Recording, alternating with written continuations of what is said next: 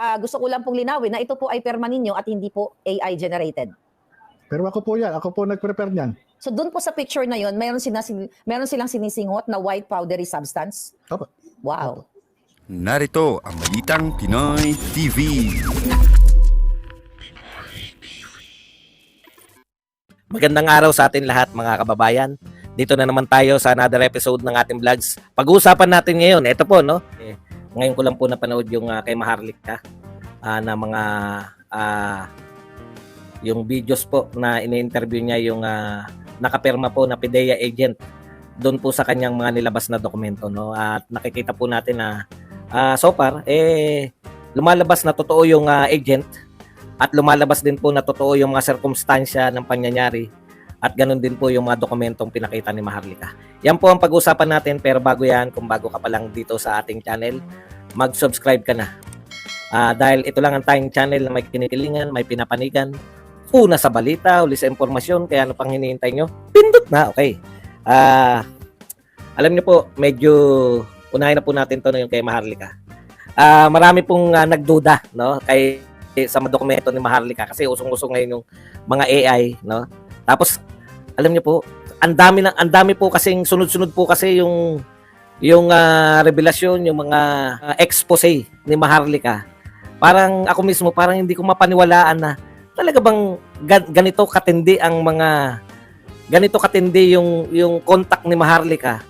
Na ito sa ano lang po no, sa anong tawag dito? Magtotohanan po tayo no.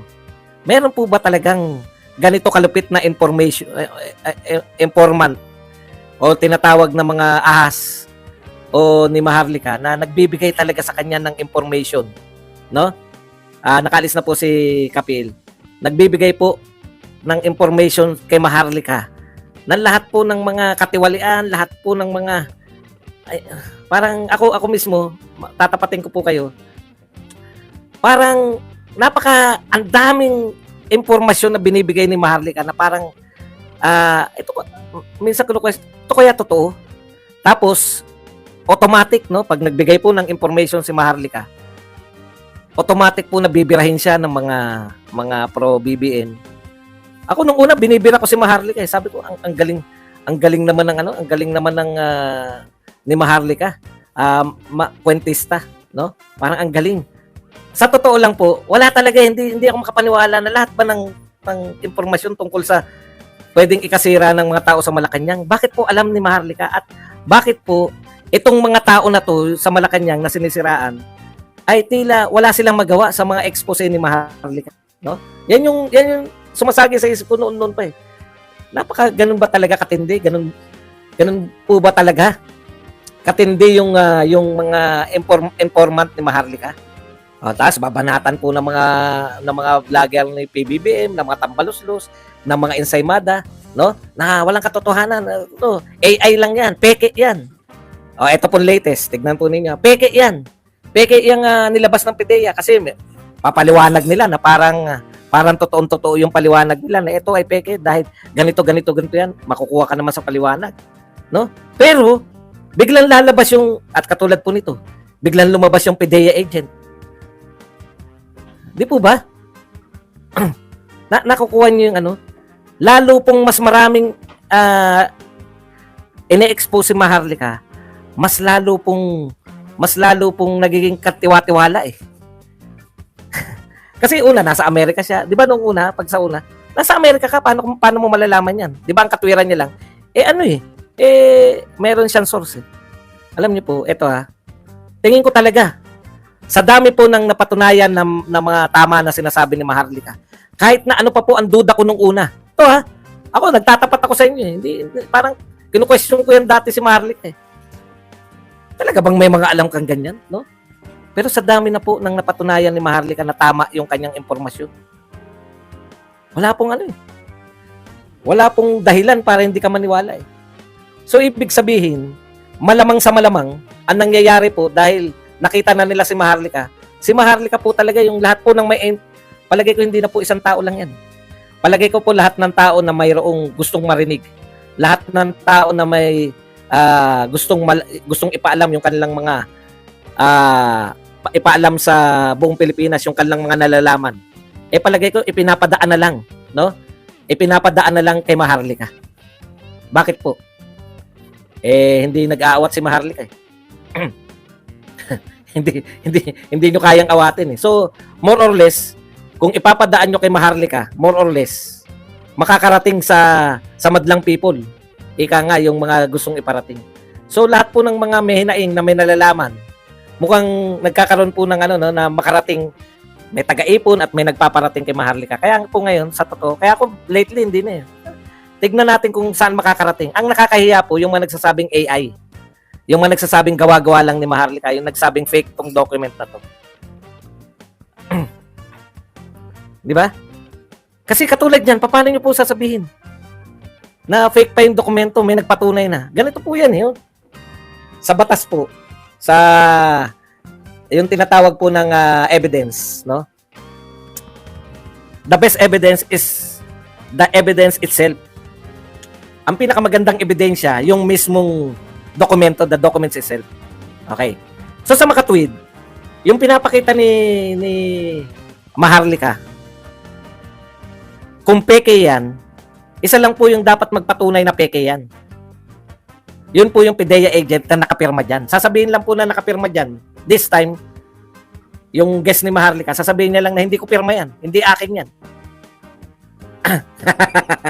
Nag-English na palpak. Hindi akin yan. Di ba? Hindi ko pirma yan. Tapos na yung dokumento. Peke na yung dokumento.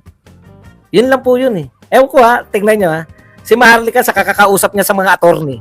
Hindi ko po alam kung si Maharlika ay tinuturuan ng mga attorney kung paano magbasa ng tamang dokumento, kung paano ipakita na yung dokumento ay lehitimo, no? Pero ganyan po yung mga tanong ng mga dokumento ng mga Kung hindi man nakakausap si Maharlika ng mga attorney, kung hindi man siya nabibigyan, kilala niyo po ba yan? Ito po bang dokumento na to, nakikita niyo to? Pinapatunayan niyo ba na kayo yung nakapirma diyan? Ganun po yung matagal ko na napapanood sa mga hearing. Na pag ang abogado po ay nagtatanong, tama, the best evidence is the evidence. Basta mapapatunayan na yung ebidensya ay legit, no? Paano po mapapatunayan na yung ebidensya ay legit? Ano po ang kulang pag evidence lang? Ang evidence, no, yung lalo na po yung mga dokumento, kaya po kinakailangan ng mga tao na magsusorn ka ng statement, susuruin mo yung dokumento kung ito ba ay totoo. At ang pinakamaganda po magsabi na totoo yung dokumento, yung nakapirma ron. Di po ba? Asa na po? Ito ang question ko sa mga to. Hindi po ako original nito, nabasa ko lang to kay SAS. Sasabihin ko naman sa inyo kung nababasa ko lang. Pero komento. Ngayon pong pinatunayan ng tao, pinatunayan po ng PIDEA agent, yung nakapirma po, ako yan nakapirma. Pirma mo ba to? Oo, pirma ko yan. Totoo ba to? Ikaw ba gumawa nito? Oo, totoo yan. Paano mo ginawa yan? Bakit mo ginawa yan? Pinaliwanag ng PIDEA agent. Sa madaling salita, yung laman nun, pinatotohanan ng mismong pumirma. Legit na po yun. No? Yan po ay ebidensya na sa korte. May pumirma. Pinatunayan ng pumirma na ginawa niya yun. Pinatunayan ng pinirma. Nervyos si Kuya Badong sa English. Opo. The best evidence is the evidence itself. Di ba? Mapapatunayan mo po na lehitimo na yung ebidensya kung meron pong nag-corroborate. Hindi po corroborate eh. Yun nga, corroborate na nagpapatunay. Ako yan, ako yung pumirma. Legit yan, yun. So ano pa po yung sinasabi ninyo na AI generated? Na ito po ay fake na dokumento. Pinatunayan na nga ng tao eh.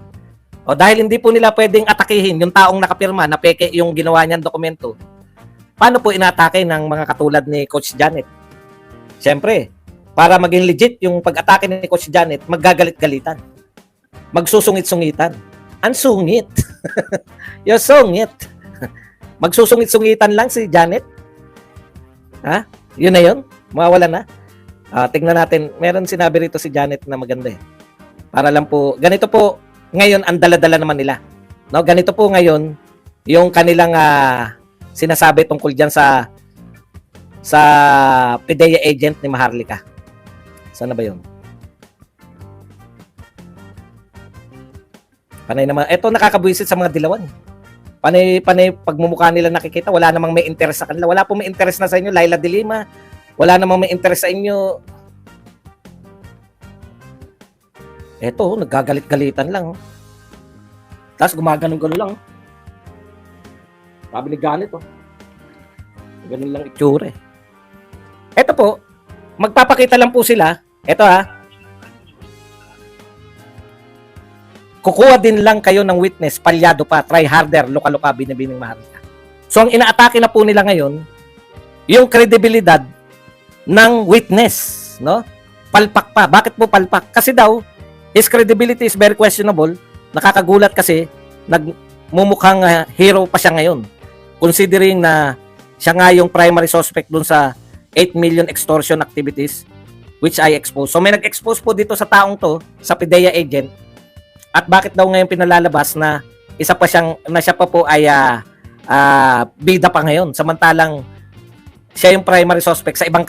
Ito na nga mga kabalita. Ano na ang masasabi nyo patungkol sa balitang ito? Please comment down below mga kabalita. Pag-usapan natin yan sa comment section. At kung di ka pa nakasubscribe sa ating channel, baka naman